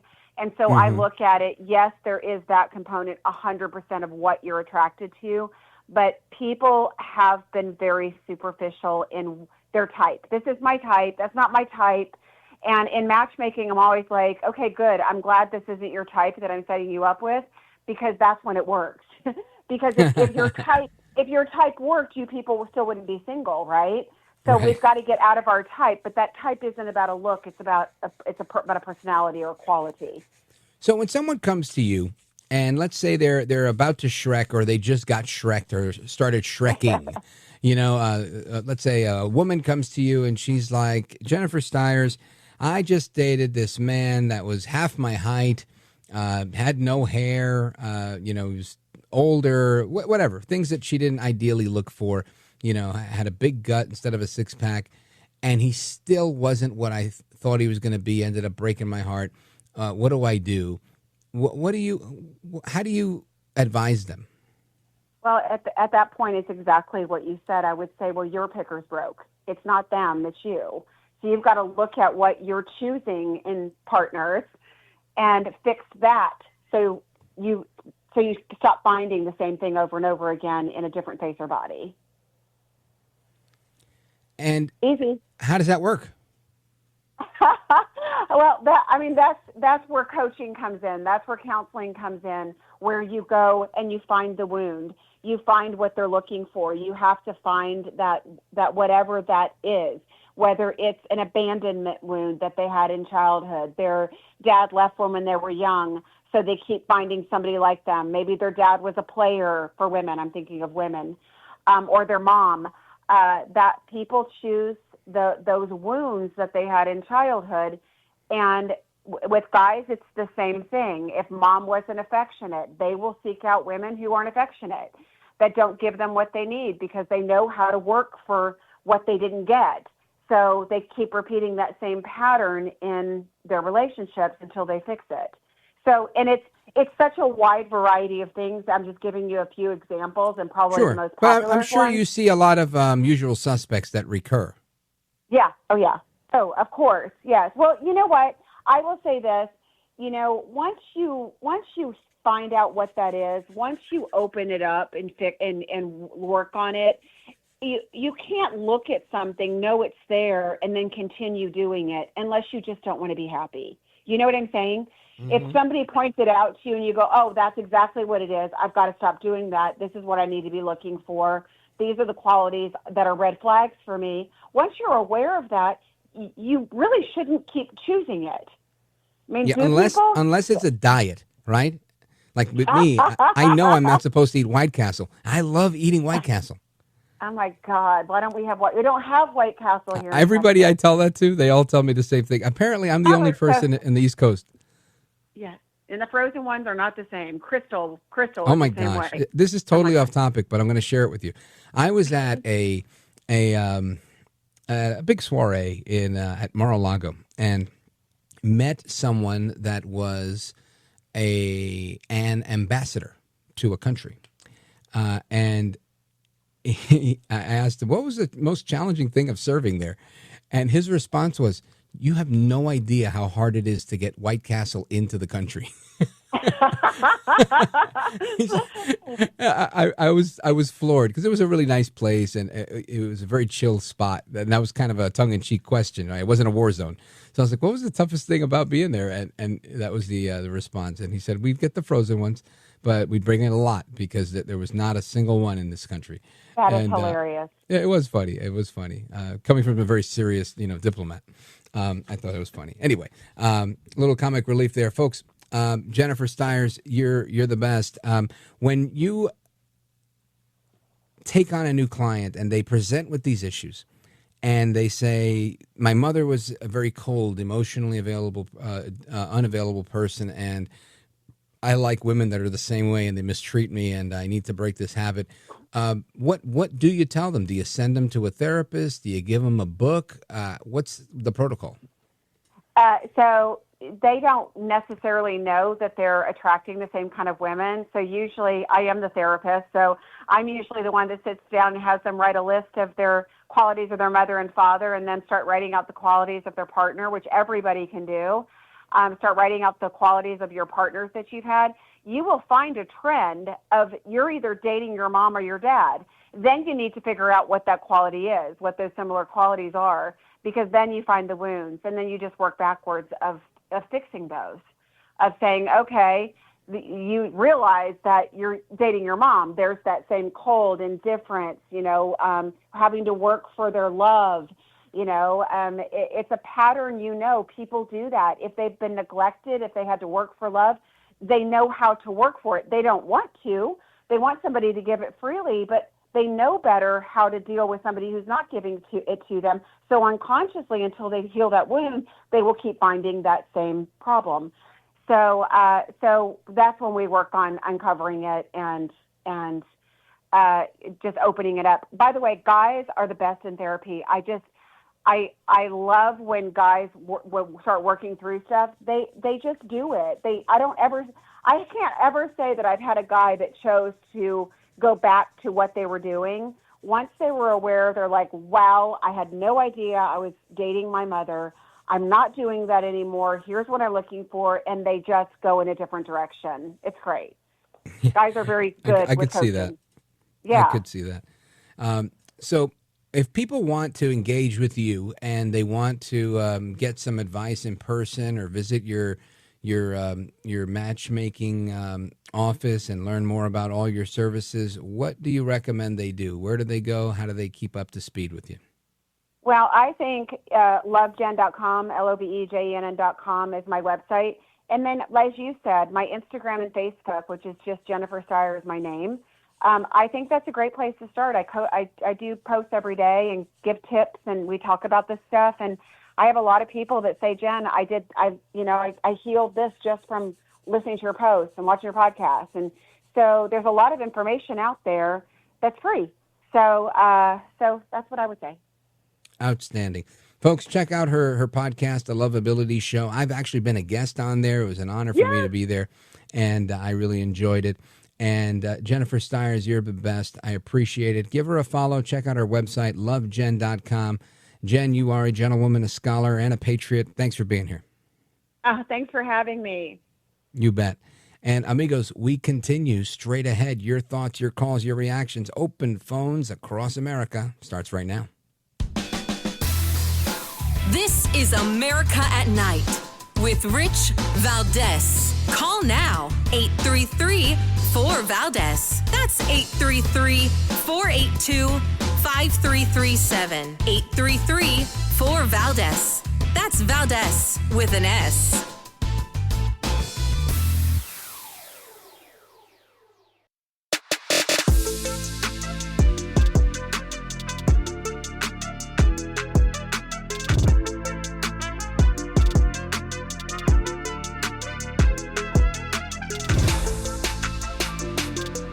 After the guest leaves every night and we're doing open phones, kind of at the heartbeat of America. And you sit there in this radio studio and suddenly you hear voices. Mobile, Dallas, New York, Miami. And there's kind of a conglomeration of America all in one room. America at Night with Rich Valdez. Thank you, Mr. Pro Tem. Thank you, Mr. Speaker. To all of the leaders that are assembled here today, thank you for an outstanding job. Thank you for your faith and devotion to this larger cause, democracy that I think should unite all of us, regardless of our political party and political stripes. Let me just briefly reinforce, because I'm eager to sign a bill that no other governor in U.S. history has ever signed, a bill that will put the maps in front of the voters. We will be the first state in U.S. history to, in the most democratic way, submit to the people of our state the ability to determine their own maps. That is Governor Gavin Newsom making his debut as savior of democracy, as if people don't vote for Congress, people don't vote for president, people don't vote for governor. Sir, the only reason you have a job is because people voted, because democracy's working just fine. But that doesn't mean that it's not a good idea. I think it is a good idea. Put the map in front of the voters. I love it. You know why? I'll tell you why. Because this is one of those things that I think it gives potential to blow up in one's face, right? He may find at the ballot box that the voters decided to reject it. And it also creates an opportunity for opposition. So, yeah, he's not lying when he says that is democratic. It is. That part is very democratic. And I think that this may not bode well for him. And that's why it makes me think, what's the real motivation here, right? So he's running for president. He's smart. I'm going to say he's smart in his campaigning, in that he's interviewed with conservative influencers, with folks on right-of-center cable networks. He's out there, and he's trying to sit down with seemingly the right people. He's not limiting himself to just the left. And that's a good thing, right? Because if you can be charming in front of people that don't like you, they can walk away going, you know what? I didn't like him, but I saw the interview and I like him a little more now. And that is exactly the name of this game. The other side of that coin is now you can have an adversary like El Trompito Donaldus Magnus, the 45th president of these United States, who's also the 47th president, who can clearly say, all right, MAGA, we're going after Gavin Newsom. We're making sure that you do not vote for this on the ballot initiative. That's a thing. You invite the opposition. And while that is very democratic, it also comes with a degree of risk for Gavin Newsom. So I would say when he puts himself in a situation like that, he's in effect splitting the baby. He's saying, look, I brought it to the people. So he makes the Democrats happy that he's trying to get them their 5 seats, keeps talking about doing America a favor, trying to prop himself up for his presidential ambitions. And at the same time, he's making a way for himself with the conservative base of MAGA and Republicans that may be moderate that he's trying to make an inroad with, where he can say, look, I didn't heavy-handedly force this on anybody. We brought it to the voters, knowing that full well that it may not work. So it's one of those very political moves. And I'd say it's solely for the sake of political expediency. But either way, it's a good thing because I think it creates the opportunity for it not to move much more forward. I could be wrong on that, but I suspect that it's going to meet some opposition. Maybe, who knows? Maybe it gets an incredible reception, and then that's it. Voila. Anyway, very quickly, I want to go to Ron, Cullman, Alabama, streaming the show tonight from the Chicago area, WLS. Ron, go right ahead. Yes, sir. Thanks for taking my call. Pleasure. Now, I'll be watching you on Wendy Bell when you come on there also. How was my hair? Here today, going tomorrow. That's right. Yeah. And what's on your mind? Man. She has mentioned something, and I was wondering why none of the others that I've heard or haven't heard about these voting, when they calling bomb threats in, supposedly there was over 58 of them, 7 in California alone, where they supposedly called in the bomb threats. The Republicans leave. When they come back, the Democrats said, well, we went in and counted, and our guy won. I don't know much about this particular situation. I haven't heard of it, but I'll look into it and tell you what I think. Ron, Cullman, Alabama, you're a gentleman, brother. Thank you for the call. WLS in the building streaming. Folks, we're coming right back. The rest of your calls don't go anywhere. This is America at Night with Rich Valdez.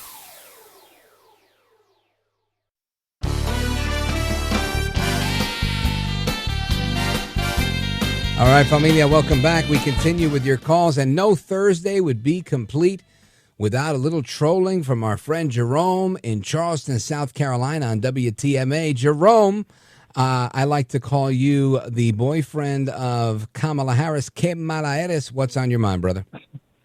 Yeah, you're the boyfriend of Donald Trump. Oh, look at that. I walked right into that one. Come on, man. You know it's no Diddy around here. Today, Jim Crow tomorrow, Jim Crow forever. Okay? Viva la Jim Crow. Gerrymandering sounds like Jim Crow to me. Who? Jerry Nadler? Gerrymandering. Oh, gerrymandering. Well, like, if you guys wouldn't be gerrymandering in every other state, the Republicans probably wouldn't have learned how to do it. But since you took the bull by the horns, now they're just following your lead. That's what you get. Anyway, thanks for the call, my brother. Always a pleasure to hear from you.